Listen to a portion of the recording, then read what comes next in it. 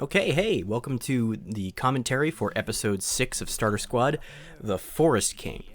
So, this episode came about for two main reasons. The first one was that I needed to make Charmander sort of reinforce his natural inclination, his natural character that makes him interesting, the ones that moves the plot forward, and that's sort of his anger and rage and abrasiveness.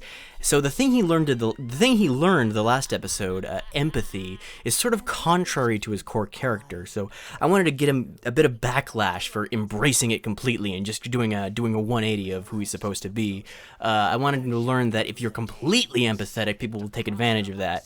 So this way, if he has sort of a counterbalance, he'll be more well-rounded, able to feel empathy, consider the feelings of others, but still tough enough that he'd be able to fight against an enemy without holding back. Plus, this gives the Caterpie leader a reason to continue to hate him.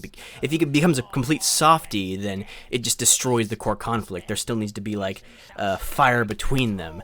And the second reason was that I just really wanted my friend Matt to voice a character. I mean, I just had that sort of silly Forest King voice in my head, and I had that character in the back of my mind for the whole time. I just really wanted a character to mess with the main three squad and just give them pointless tasks and them to get just angry about it.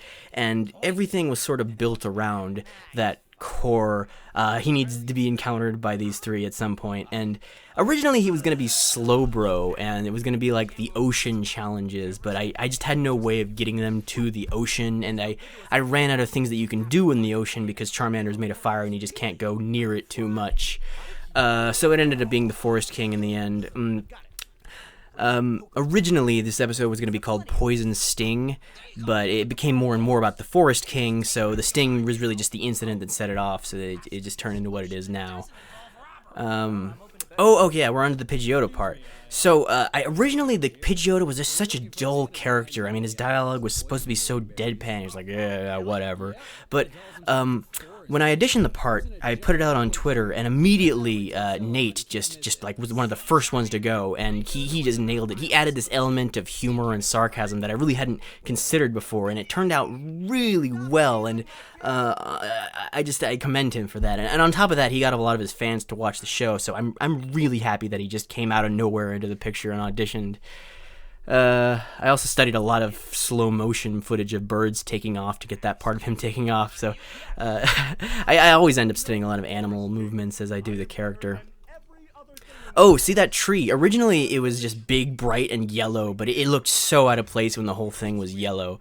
I ended up spending actually $300 commissioning that model. Originally, I made it a lot more cheap, but after the Patreon funding came in, I actually had enough money to hire someone to make the tree look right. And I mean, it looks great now, and I would say that it's worth $300. It's one of those details that you don't notice it at all if it's done right, but when it's done incorrectly, it just completely stands out. The original tree throne was just super noticeable. It was low quality, especially up close. So overall, I feel like it was worth $300 to just get this set piece of the giant tree. Okay, so I already talked about the ocean challenges. So I actually flew over to Matt's house to get him to voice the Forest King. He lives in New York or Pennsylvania, and I live in California. It was partially because he had problems with his microphone, but doing the live session with the Forest King when I was right there, made a huge difference. I mean, we got a lot of time to do the dialogue right, for me to interact with him, to use my hands and point out what I wanted to do. So this was really the first time. Well, actually, no, that's not true. It's the first time I've done it with this series, but when I'm actually able to be there with the voice actor and direct them in person, it's this whole other monster than doing it online. And after a certain period, after episode 5, I think, or after this one, I try my best to just direct them in person.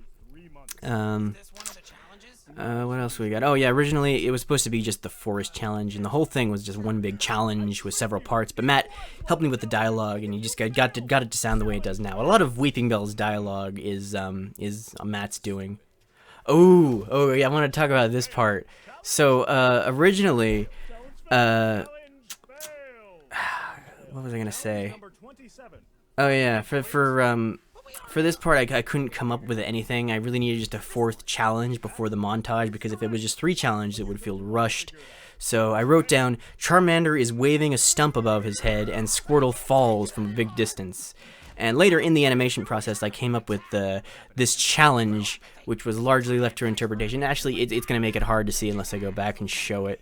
But it's this one I'm talking about. This one where he is flapping the wings, and then Squirtle falls. So my thought process behind this was that the challenge is the Forest King told them to summon the great forest bird, and the forest bird is made of leaves. So they're flapping with the leaves because they're trying to act like a potential mate to attract the forest bird. And Squirtle said, oh, we could probably get better results if we were high up in the tree. So he climbed the tree, and then this is just showing him falling, and that's the challenge failed. And the challenges are all a farce, and they're purposefully impossible. In this one, they're reaching for an apple. You can see a fruit up here. I think the original impetus for this was get the fruit from the tree, or climb the tree without using your feet. So from this point forward, all the montage challenges weren't written down. I was just sort of making them as I was animating them. In this one, it was something like choose the right rock, and these are all actually Geodudes with the arms shortened. You could see in the back Charmander like saying, which one is the right rock, because he's actually considering rather than just resorting to violence. And in this last one right here, you can just tell that Charmander just used fire to solve whatever it was, and that didn't work. This last bit is sort of the point of it all. Empathy doesn't work on someone that's trying to take advantage of your kindness. And it also shows that Charmander's demeanor is starting to rub off on Squirtle a little bit. Squirtle tries so hard to remain civilized through everything, but even he has a boiling point. Even he has just something that you can snap. Oh, and I snuck another Professor Oak line in Squirtle. I try to make Squirtle say as many Oakisms as he possibly can, because the point is that Squirtle spent a lot of time on the lab computers researching all this stuff, and all the Oakisms are starting to rub off on him, or had rubbed off on him, and so he restates sort of the Oak rules a lot. This part where he's swiping him. Whoa. Those swipes are really spliced together. There was surprisingly not a lot of really good screams for Matt's recording. There never are enough screams. It's just sort of... Oh, this was funny. I actually held a pencil to Matt's neck when we were recording this, and I pretended to threaten him so we could get that voice of fear correct. This was just such a method acting moment, and it was such a benefit of being in the room with him. And this line, I spent so many takes getting that "you have wasted enough of my time" thing. I'm not naturally an angry person, and I never yell, so this was so hard for me to do. Originally the line was, you have to be not stabbed to continue being alive, and that ended up just being like a forced witty retort that just fell flat, and my assistant animator at the time, Kyle, just pointed that out to me and said, you should get a more natural response out of Charmander. So it ended up being just to the point. You've wasted enough of my time. I need constant reminders to not be clever and just be real. He also suggested that Charmander say "challenge failed" at the very end. So both Matt and Kyle had a lot of significance to the writing in this, which is why I credit them as writing assistants in the credits. So I want to talk about it. This was actually a huge mistake on my part. It's a little embarrassing. Usually I'm super meticulous about being true to the nature of the Pokemon universe, but somehow I completely forgot that Bulbasaur was immune to poison. I'm usually so meticulous, and it was like I was so caught up in the idea that one of them had to get poisoned so that they could look for a poison thing in that impetus that that just slipped my mind. I didn't even decide right away that Bulbasaur should be poisoned, but it ended up being, the dynamic would make sense that Squirtle and Charmander disagree how to do it, so it ended up being him, and that just flew by my head that he was immune to poison, and it hit me actually on the train to recording to Matt's house, the train to Matt's house to record the Weeping Bell lines. It hit me that Bulbasaur was immune to poison, and it just devastated me, because I was writing the character bios at the time, and it was this giant wave of, oh no, I have to change the ending. I have to get all the voice actors to re-record an ending. So I'm glad I caught the mistake as late as I did, because if I didn't mess up like that, I probably would have just scrapped the whole episode and started over rather than like fix it like the way I did. So as it happens, the ending just ended up a lot better than the original ending. In the original ending, what was I gonna say? Let me look for it in my notes. Oh yeah, in the original ending, it had Squirtle going, "That's not how you." Never mind. And then let me just go to it. Yeah, he goes, "That's not how you." Never mind. We'll try it your way this time. And then Charmander goes, "My ideas. Oh, that's right. My ideas are always the right thing to do. Haha," or something along those lines. And then that's followed by a shot of Caterpie, as to illustrate that Charmander's ideas aren't always the right thing to do and often lead to negative consequences. It didn't really read as well, I don't think. And it was also meant to illustrate that Squirtle was becoming more open to Charmander's ideas.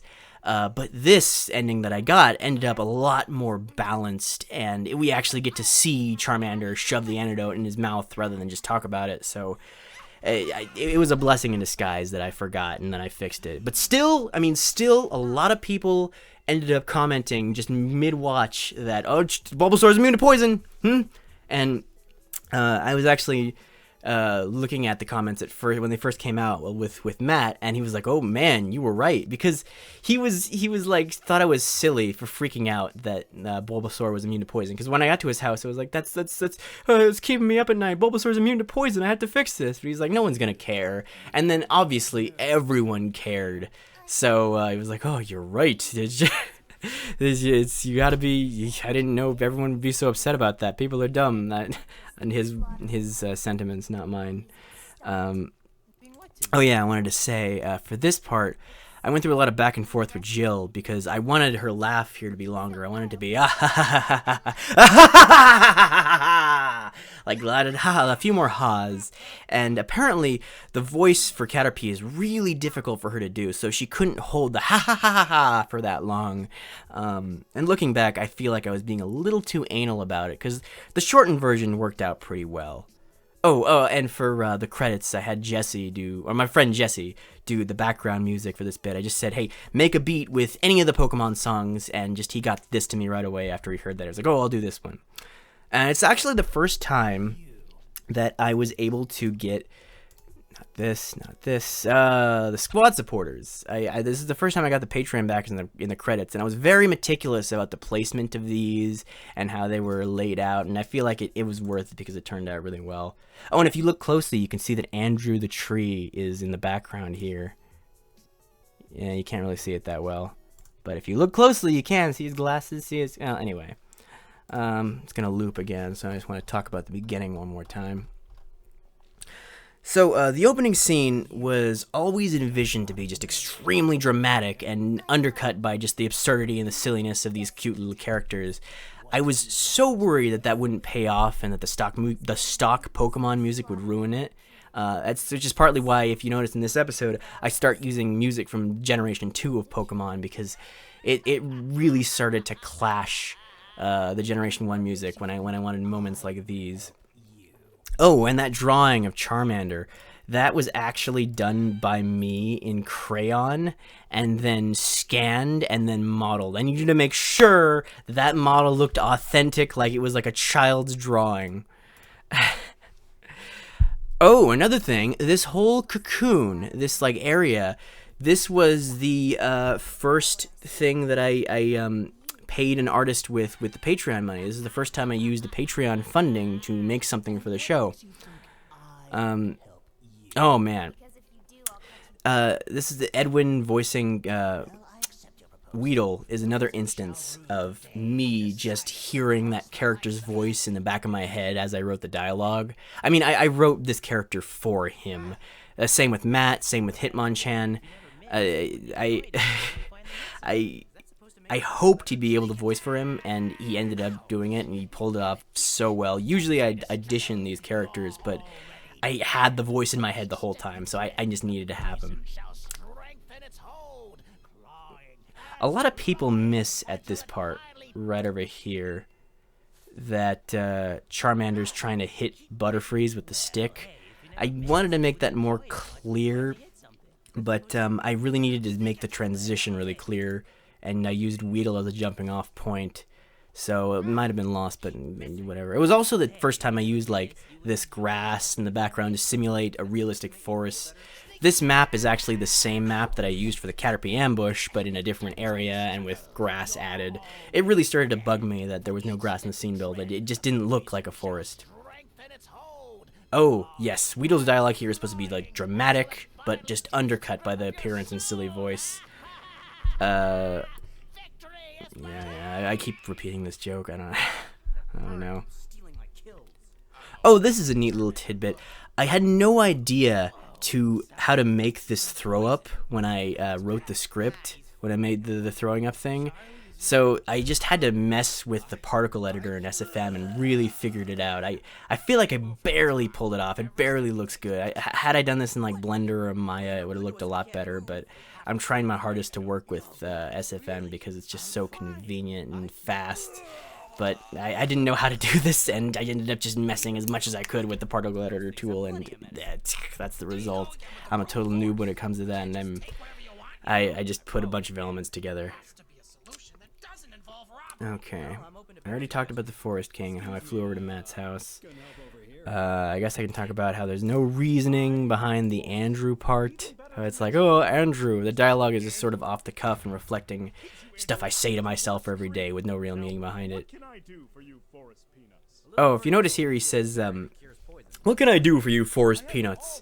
Because he's supposed to be a king, and the original line was, "What can I do for you, Forest Peasants?" But Matt, he misread it as Peanuts the first read through, and he was like, "Oh, that's funny. Please just make him say Peanuts. I want him to say Peanuts."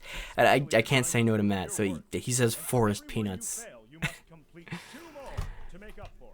So here you can see Charmander reverting to his instinct to use force and just suppressing it in order to change, which is really, this is what the core of the episode is about. It's supposed to show that the defeat in the last episode had a huge impact on him, and he's really making an effort to consider Squirtle's philosophy, and that's why he refuses to break until Squirtle finally breaks at the end. He's really trying to be better, and that redeems him in a way. I don't think Charmander is completely redeemed for his actions, but it makes him a little more likable.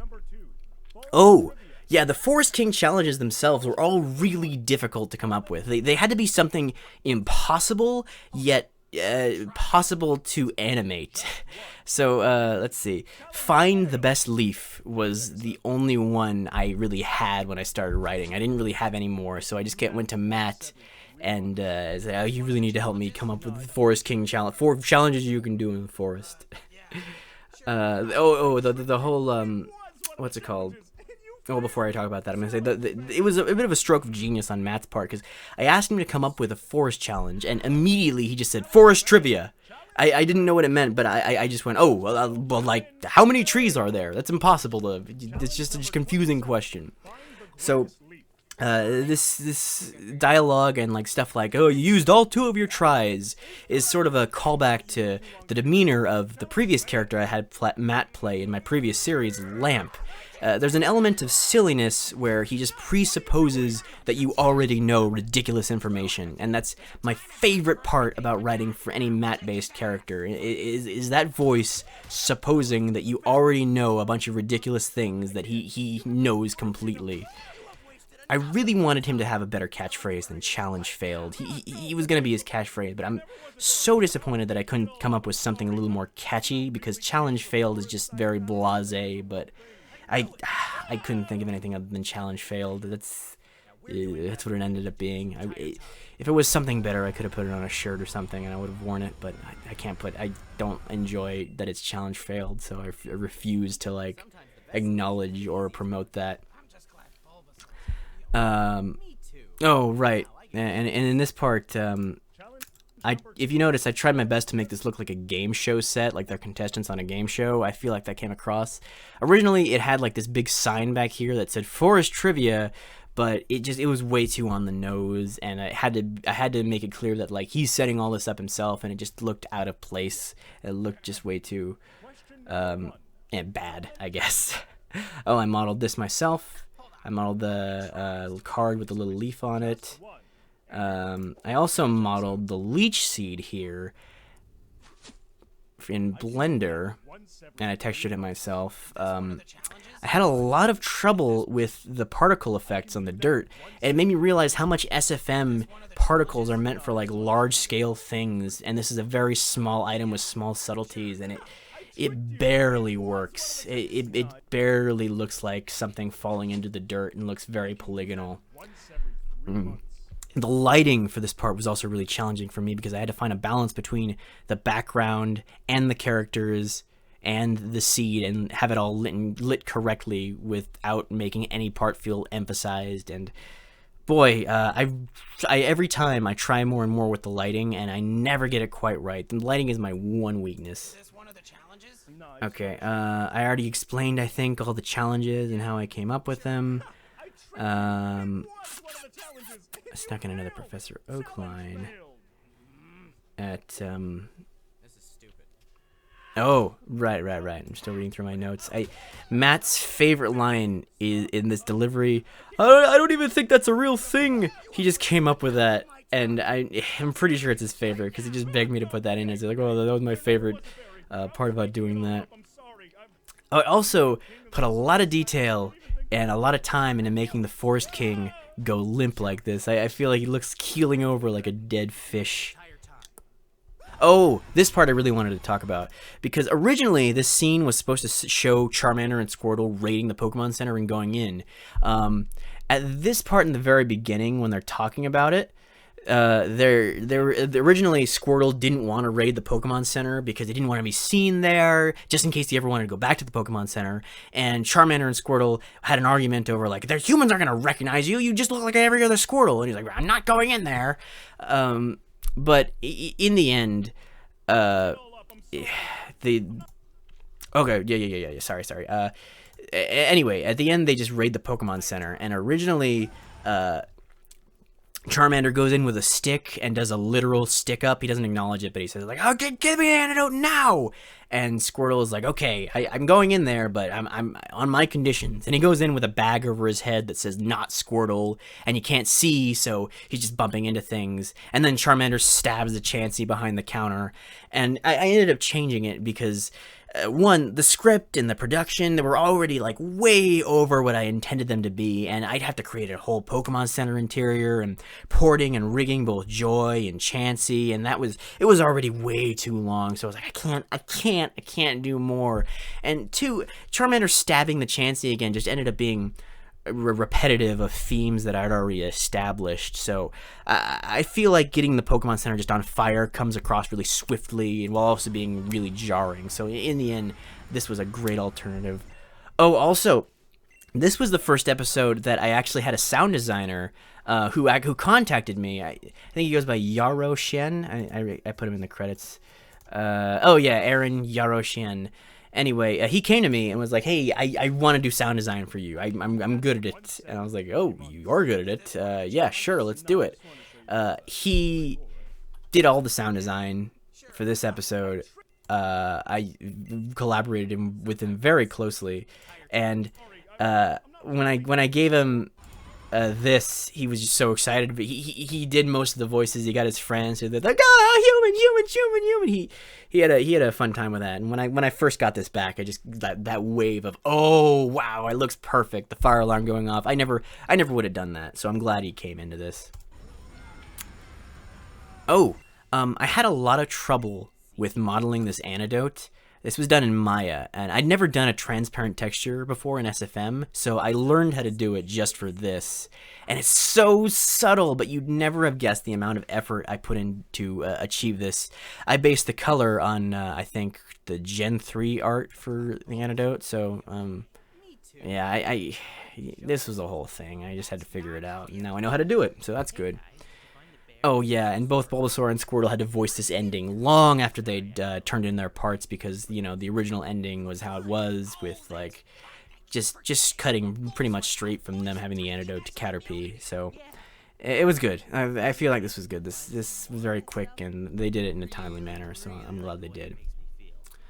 Okay. I'm just gonna look through my notes one more time, but I think I got everything that I needed to do. I'm really happy with how this one turned out. I mean, it was built around a joke dynamic, and it was the first one where the patrons on Patreon really helped me out with all the things I needed for it, and it would have been a little lower quality and had a little less than I wanted had I done it just completely on my own without commissioning things. So I'm so glad that it turned out like this. I'm really happy with this one. In terms of quality, I think it's the best one. Still not my favorite episode. So I think 5 at the time I'm recording this is still my favorite episode. But in terms of actual like scene building and in terms of backgrounds and lighting, I feel like this one's done the best. So hopefully I can continue to make them better and better. This one is, I feel, a significant spike in quality from the last one, where I'm just not happy with like how it looks. This one, I'm a little happier with how it looks, especially since I took Weeping Bill. He's from a different. These guys are from like a Wii Pokemon game. I think he's from XY, and I just edited him heavily. Oh, and he wasn't able to move his lips like that. I did that in Blender, and I made like all this stuff custom. I changed the texture. I really went all out for this episode. So I'm hoping that I can continue to go as all out as I did for future episodes. Okay, thanks for sticking with me, and I guess I'll see you at a different one. This was a big episode and had a lot to it, so thanks for listening. Challenge failed. Challenge number 27. Find the